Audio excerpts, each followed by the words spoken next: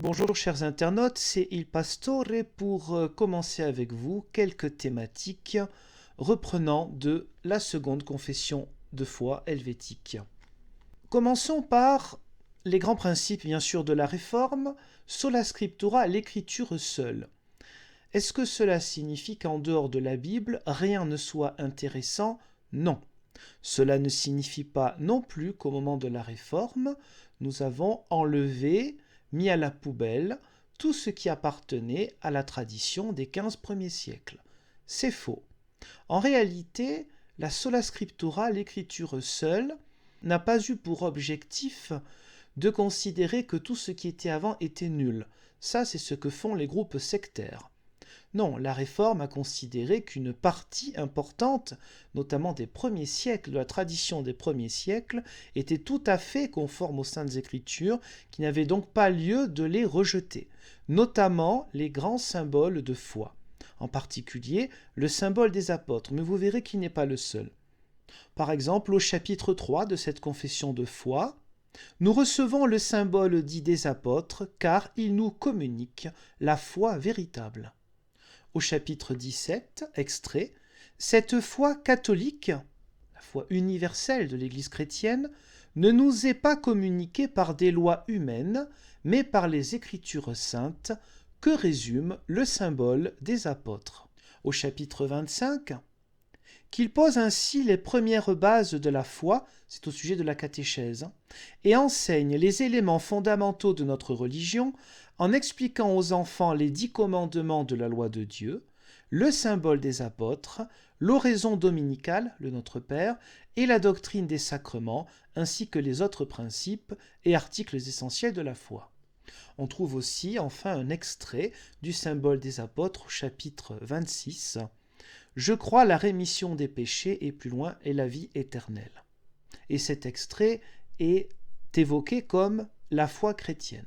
C'est au sujet du purgatoire qui est condamné. Quant à la doctrine du purgatoire enseignée par certains, elle s'oppose à la foi chrétienne. Donc le réformateur Bullinger parle de la foi chrétienne pour évoquer le symbole des apôtres. Mais le symbole des apôtres, appelé parfois credo, n'est pas le seul texte non biblique à être considéré avec une certaine importance.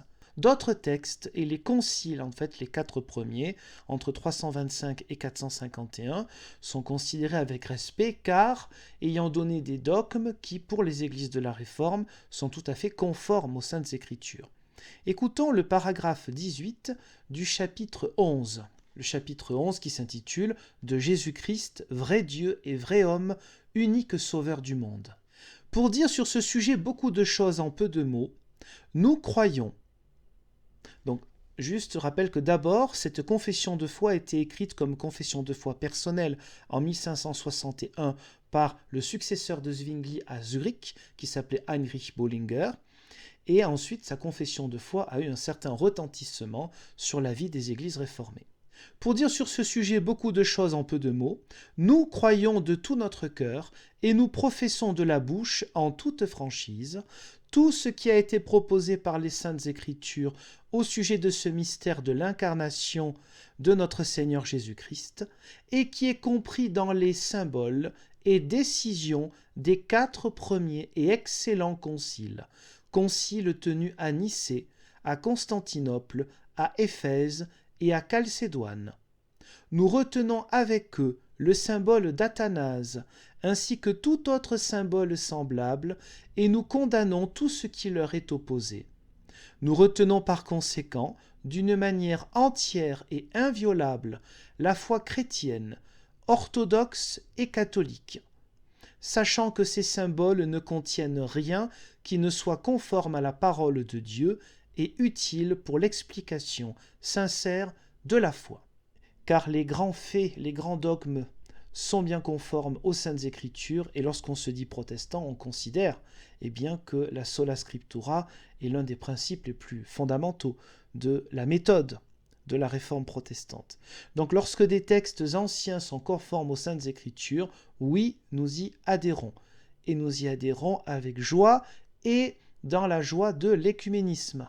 Je vous remercie pour le visionnage de cette courte vidéo et je vous donne rendez-vous, Dieu voulant, pour d'autres sur divers thèmes donc de l'Église et de la foi donc protestante. À très bientôt.